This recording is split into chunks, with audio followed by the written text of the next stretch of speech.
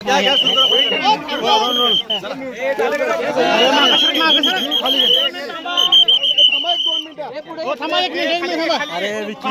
मागे सर काय ना आपण मागे सर काय मागे सर बस चल आता आला का मध्ये तू रोल रोल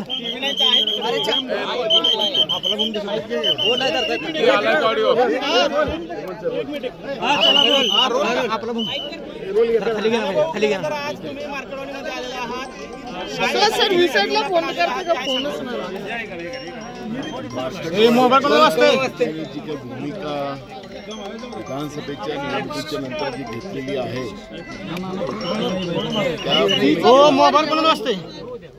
राज्यातच नव्हे तर देशामध्ये या महत्त्वपूर्ण भूमिकेकडे पूर्ण देशाचंच नव्हे तर जगाचं लक्ष लागलेलं आहे। श्रीलंका असेल, अनेक देश असतील, इव्हन पाकिस्तान असेल, अशा देशाची पाहायला लागेल। आपण पाहिलं की पाकिस्तानच्याही निवडणूक आयोगाने त्यांचे स्टेटमेंट देणं सुरू केलेलं आहे आणि त्या लोकशाहीचा जो राज झालेला आहे त्याबद्दलची भूमिका त्यांनी स्पष्ट केलेली आहे। भारतामध्ये सुद्धा या ईव्हीएम मशीनच्यामुळे जनतेचे मत, जो मताचा अधिकार प्रत्येकाला जो दिलेला आहे संविधानाप्रमाणे, त्या मताचाच अधिकार आता संपुष्टात आणण्याचं काम सुरू झालेलं आहे। आणि जो मातनवाडीच्या जनतेने जो उठाव केलेला आहे, फ्रेम दिली खऱ्या अर्थाने लोकशाही वाचवण्याचा त्यांनी उठाव केलेला आहे।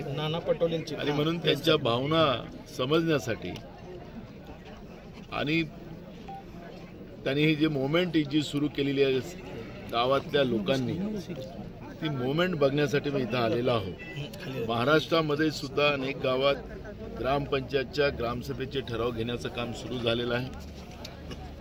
आता आजच रायगड जिल्ह्यातल्या मानगाव या ठिकाणी तिथल्या लोकांनी या ईव्हीएम मशीनचं डेमो दाखवण्याचा प्रयत्न केला, पण तिथेही पोलिसांनी त्यांना थांबवलं। खरं तर मतदान करण्याला शासनाने किंवा निवडणूक आयोगाने थांबवणं चुकीचं आहे। का थांबवतात आहेत? जनतेला त्यांची मतं समजून घेण्याची स्वतःचा त्यांचा अधिकार आहे। पण ठीक आहे, आता ह्या सगळ्या गोष्टी आम्ही तपासू, माहिती घेऊ। गावकऱ्यांवर जे गुन्हे दाखल केले गेलेले आहेत प्रशासनाच्या माध्यमातून, कशासाठी गुन्हे दाखल केले, भूमिका तातडीनं निवडणूक आयोगाच्या समोर आम्ही मांडू, राज्याच्या मुख्यमंत्र्याला मांडू। पण या पद्धतीचं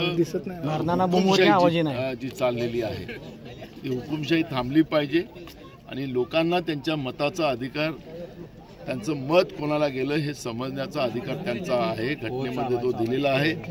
आणि त्या दृष्टिकोनातून मी आज इथल्या जनतेचं मत समजण्यासाठी इथं आलो। लोकसभेला आपले जास्त खासदार निवडून आले होते, लोकसभेला ईव्हीएम वरती तुमचा आक्षेप नव्हता, मात्र विधानसभेला का असं होतं त्यावेळेस का असं तुम्ही म्हटलं? पटेल साहेब, याला जोडूनच आता जी सभा इथे भारतीय जनता पक्षाची किंवा समर्थनार्थ झाली, त्यांनी असं म्हटलंय की ज्या लोकांना इथे यायचं आहे त्यांनी आधी आपल्या पदाची राजीनामे द्यावे, मग त्यामध्ये राहुल गांधी असेल, प्रियंका गांधी असेल आणि मग आंदोलनात सहभागी व्हावं।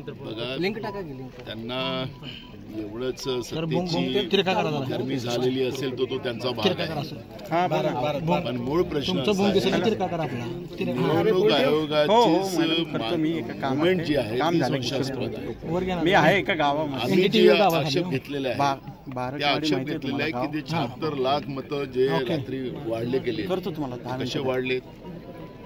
तुमची सगळी मुवमेंट फास्ट आहे, ऑनलाईन आहे, ईव्हीएम मशीन त्याच्यासाठी पाहिजे, पारदर्शकता राहते। निवडणूक आयोग का बॅकफूटवर चाललेला आहे? तुम्हाला सांगतो की विधानसभेत जी आता आमदारांची शपथ झालेली आहे त्यांना माहिती नसेल, कारण की ते आता फारच सत्तेचा माज आल्यासारखं वागतात हे सत्तेमधले लोक। एका आमदारांनी शपथ घेत असताना सांगितलं की मी निवडून आलेलो नाही तरी शपथ घेतोय, असं त्यांनी शपथेत बोललेलं आहे। त्याच्यामुळे मी आता त्याच्यावर जात नाही, कारण हा विषय इथला नाही। आम्ही तो विधानसभेत दिल्लीमध्ये ऐका ना, मी ते विधानसभेतच आम्ही तो याचा उल्लेख करू।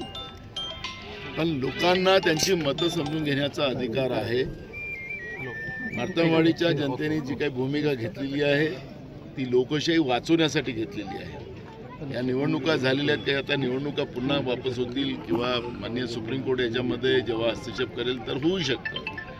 पण आमचं मत जे आहे तो मताचा अधिकार आहे. तुम्हाला लक्षात असेल की उत्तर प्रदेशमध्ये लोकांच्या हक्काची लढाई लढायचं असेल आणि मोर्चा काढायचा असेल तर तो सुद्धा आता उत्तर प्रदेशच्या भाजपच्या सरकारने त्याला मोर्चाचे अधिकार सुद्धा जनतेचे काढले. आपल्याला माहिती असेल फक्त लोकांनी मत मारायचं, मत मारल्याने मशीनमध्ये त्यांना जे काय करायचं आणि मग लोकांनी लाठीचार्ज करायचा. दिल्लीच्या सीमेवर काय चाललेलं आहे, शेतकऱ्यांच्यावर अंगावर लाठीचार्ज चालू आहे, अशुद्धाच्या कांड्या टाकण्याचं काम चालू आहे, शेतकरी बेहोश होतात आहेत, तरुण आपल्या देशातला आपला हक्क मागण्यासाठी संसदेवर आपल्या मागण्या घेऊन जातात आहेत, त्यांच्यावर लाठीचार्ज केला जातोय. का देशामध्ये हिटलरशाही सुरू झाली, हुकुमशाही झाली आणि राहिलं ते जे इथं म्हणतात राजीनामे द्यायला. उत्तमराव जानकरांनी सांगितलं, मी पण सांगितलं, निवडणूक आयोगाने सांगावं की आम्ही निवडणुका बायलेट याच्यावर घेणार नाही, व्हीएम मशीनवर, बायलेटवर घ्याव्यात. आम्ही तयार आहोत. त्यांना सांगा ते लिहून आणून द्या, निवडणूक आयोगाचा आदेश काढून द्या, बॅलेटवर निवडणुका सर्वोच्च न्यायालयाने जर ही फेटाळलेलं आहे तर शांतता नाही का, ते जे इकडे येऊन बोलतात ना, म्हणून त्यांना आमचा चॅलेंज आहे. आणि निवडणूक आयोग कोणाची कठपुतली झालेली हे सगळ्यांनाच माहिती आहे, हे सगळ्यांनाच माहिती आहे. आणि रात्रीचे 76 लाख मतं जे वाढली त्याचा हिशोब का देत नाही. आखरी निवडणूक आयोग मतदान घेतात ना, मग रात्रीच्या अंधारात 76 लाख मतं झाली. अरे आखरी एक गोष्ट लक्षात ठेवली पाहिजे, हे सत्ता येईल जाईल पण लोकशाही टिकली तर सगळं काही राहील. आणि लोकशाही संपुष्टात आली, तुमच्या चौथा स्तंभाचा तरी त्यांनी हालत काय करून ठेवलेली आहे नरेंद्र मोदीचं सरकार आल्यानंतर.